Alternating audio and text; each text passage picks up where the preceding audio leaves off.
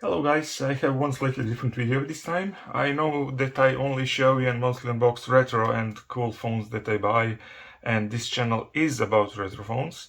Don't get me wrong, I tend to keep it that way, but recently I managed to get my hands on a few Nokia phones. Nokia phones that are made by HMD and they are powered by KaiOS, OS that is not considered as smart as KaiOS phones are considered feature phones, but I will talk more about that later in the video. My choice process was, since there are some Nokia fans on this channel, I might show you those phones and tell you what I feel and how I feel about them. Someone might find them useful. So let's start with first of them, and that is this phone, the Nokia 8000 4G. First of all, the price. We know where we stand with this phone. It is in a range of 100 euros. Depending on different market costs or current promotions, you can get it even cheaper. If you take other feature phones, you can get them as low as 40 euros. So we are here talking about premium range of feature phones, and that should not be considered strange when you look at the phone name.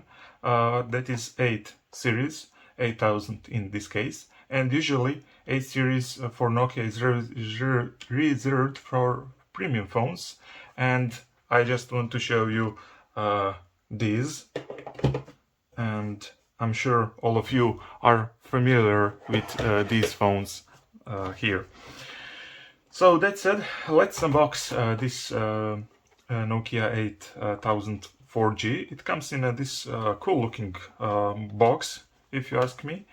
The set includes charger and the manual, and you can find them here.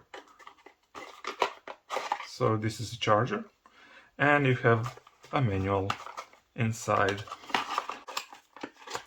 And on this top compartment, you have the phone itself. The phone itself is available in 4 colors: silver, gold, blue, and gold, blue, and this black color. All colors are very nice, but on this black version, the dust is mostly noticeable. You can see on the top there is a power button and a 3.5mm connection required for also FM radio. On the bottom you get a micro USB charging connector. Sadly, there is no USB-C on this phone. And you can see on the both sides we have nothing. On the back you have LED flash, camera, and speaker. Also, you can remove this battery cover and remove.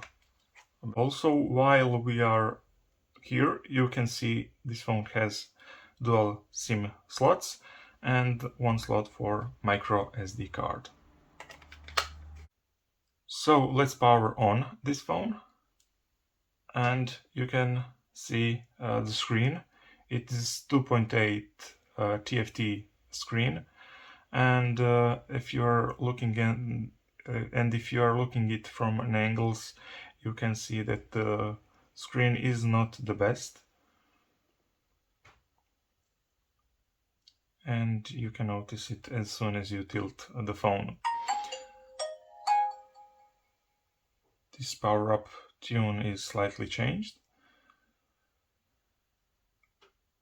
One positive thing about this screen is that you can change brightness, but sadly there is no automatic brightness for this screen. Let me just find pin. Let's talk about software. KaiOS is considered as a modern version of old and classic Nokia Series 30 software. UI is very similar.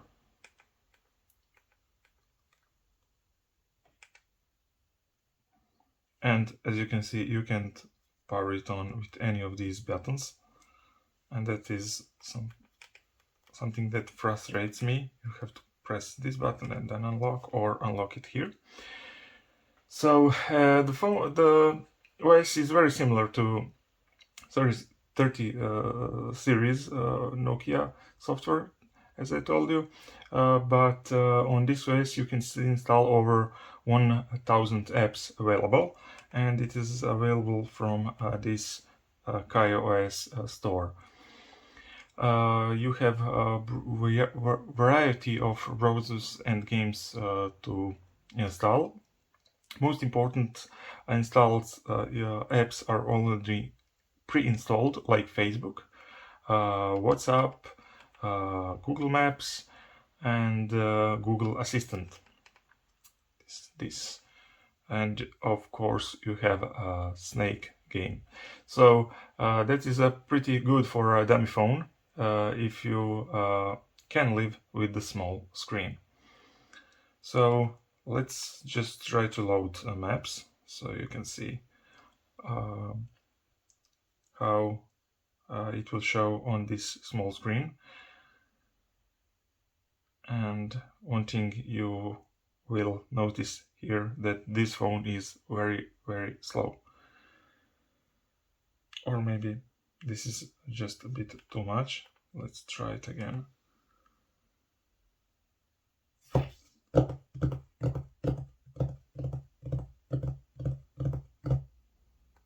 Okay, let's go to YouTube.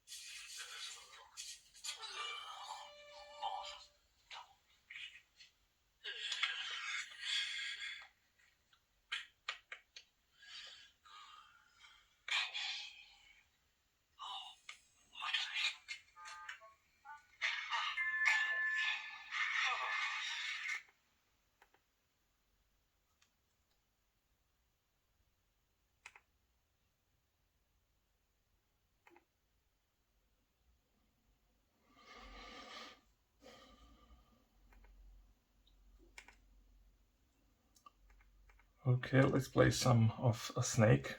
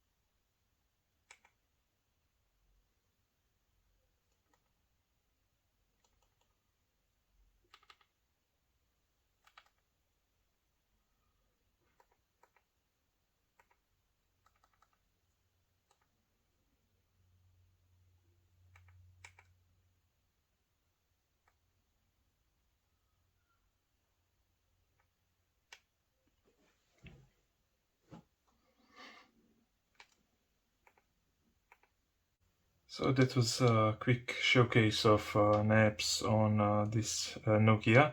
and I'm personally used to big screens, and when I'm using this tiny screen, I'm just constantly getting frustrated. But I guess that will not be case with people who are used to keypad phones with a small screen. It is a great thing to have, for example, WhatsApp, even if you don't use any of these apps, or in some cases you might use them. They might be useful in some scenarios. This is decent. Like I said, it is a fairly slow system. Like I showed you in a few instances, this menu screen is slowly loading, this start screen sometimes is slowly loading, but that is what you can expect from this feature phone. About battery, the capacity is 150 milliamp hours, and it lasts, depending on how much you use it, it will last weeks only on standby, but if you are using it daily, you can get a few days out of it. For example, if you watch YouTube, play games, download apps, and chat on WhatsApp, it's quite possible that you have to charge it every night. During my usage as a secondary device for calls, for a few calls a day, Wi-Fi on, a few WhatsApp messages, and battery lasted up to 4 days. So let's talk about camera. This is a 2 megapixel camera, and that is not a great camera. Let's try to take a picture of this plant.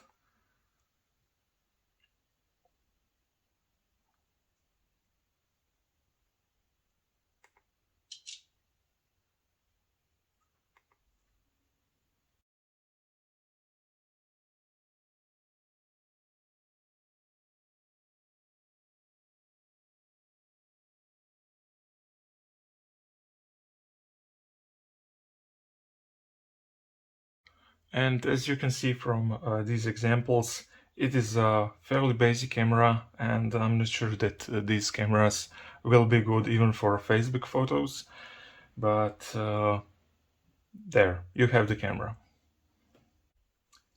In the end, I have mixed feelings about this phone.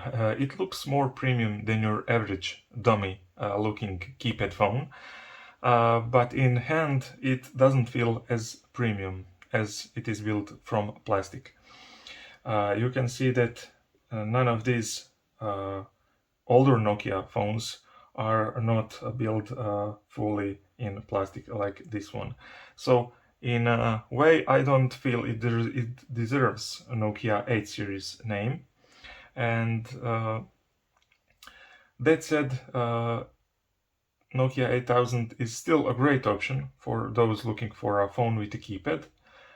Some basic apps, modern apps like WhatsApp, Google Maps, and other, with a battery life that will, for most, serve longer than one day.